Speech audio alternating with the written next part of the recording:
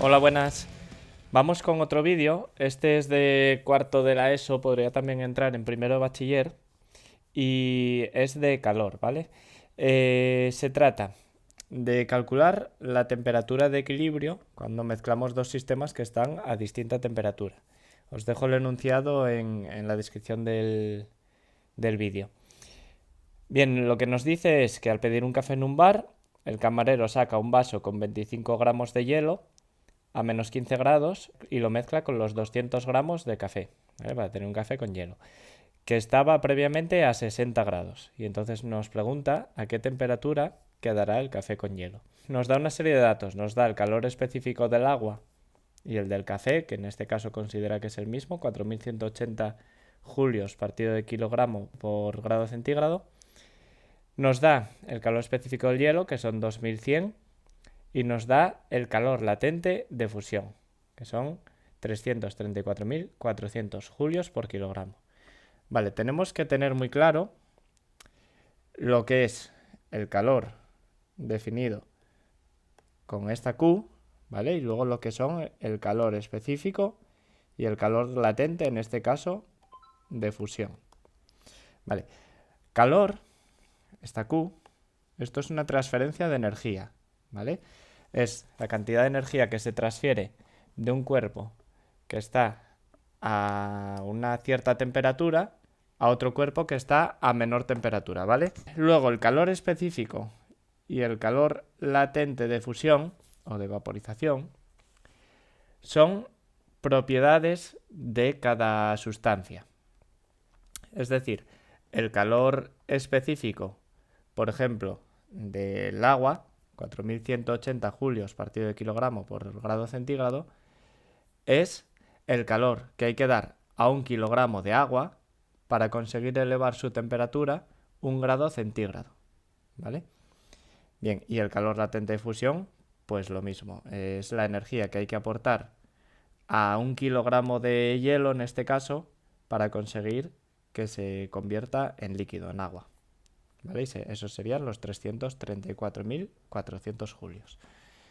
Vale, entonces una vez que tenemos esto claro, tenemos que saber interpretar y dibujar esta gráfica.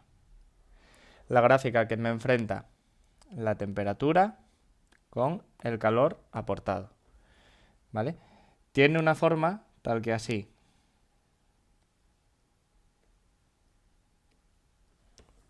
Bien, y como podéis ver, distinguimos dos partes. Estas partes oblicuas, ¿vale? Y luego tenemos también unas partes horizontales. Estas de aquí. Bien, esas partes horizontales sería donde se lleva a cabo la fusión y la vaporización. ¿Vale? Ahí hay unos cambios de estado. Pasa de estado sólido a estado líquido. Aquí tendríamos el estado sólido. Aquí tendríamos el estado líquido. Y por último, la vaporización pasaría a estado gas. ¿Vale? Eso hay que tenerlo muy claro. Y hay que tener claro qué fórmula tengo que usar para cada tramo. ¿Vale? En los tramos azules o morado, lo que sea eso, tengo que el calor es igual a la masa por el calor específico de la sustancia y por la variación de temperatura. ¿Vale? Esto siempre temperatura final menos temperatura inicial. ¿Vale? Y luego, en los tramos donde hay cambio de estado, en los tramos horizontales, tengo que usar esta otra. Calor es igual a la masa por el calor latente, ya sea de fusión o de vaporización. ¿Vale? Y que es lo mismo, es el mismo calor, ya sea para pasar de sólido a líquido, ¿vale? Que por ejemplo para pasar de líquido a sólido, el proceso inverso. ¿Vale? Luego, sin embargo, para pasar de líquido a gas ya sería otro que nos lo daría, o de gas a líquido. Vale, y luego por último, siempre tengo que saber que el calor cedido más el calor absorbido me va a dar 0. Vale. ¿Quién cede calor en este caso? ¿El hielo que está a menos 15 grados al meterlo en café a 60 o el café que está a 60 y al juntarlo con el hielo se enfría? Lógicamente, cede calor el café. ¿Vale? ¿Y quién absorbe el calor? Pues el hielo. ¿Vale? Y por eso alcanzan un equilibrio. Entonces, al final, la suma de ambos queda 0. Vale, pues venga, vamos a ello. Me dice que tengo el café, pues por ejemplo por aquí, ¿vale? A 60 grados. Yo estaría en ese punto. Tengo el hielo, que está, pues por aquí, a menos 15, ¿vale?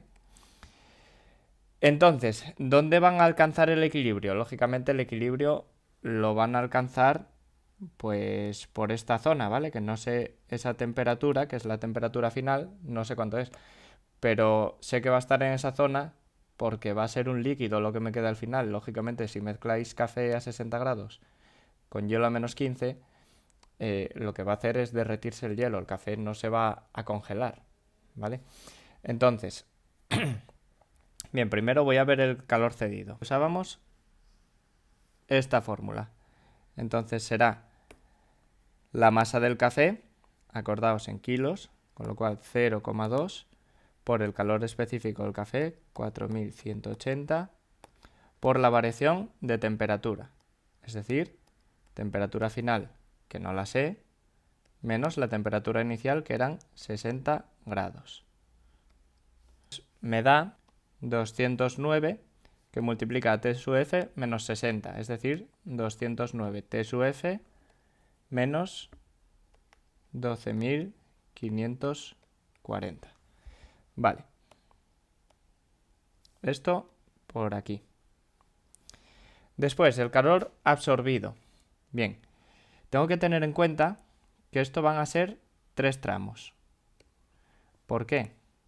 Porque voy a tener este primer tramo, no se ve muy bien, este primer tramo, ¿vale? Para llegar de menos 15 hasta 0, ¿vale? Sabemos que esto es 0 grados cuando el hielo pasa de hielo a agua líquida.